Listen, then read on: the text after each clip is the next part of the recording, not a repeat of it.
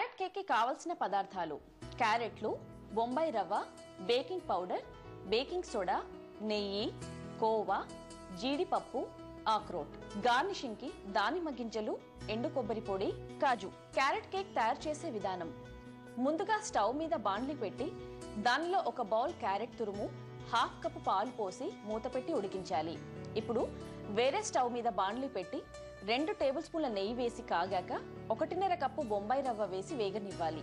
ఇప్పుడు వేగిన రవ్వ, క్యారెట్ తురుము చల్లారనిచ్చి ఒక పెద్ద గిన్నెలో క్యారెట్ తురుము, 1.5 కప్పు బెల్లం, 1 కప్పు పంచదార వేసి జీడిపప్పు, ఆక్రోట్, 1 table spoon baking powder, half table spoon baking soda, 200 గ్రాముల కోవా వేసి బాగా ముద్దగా కలుపుకోవాలి.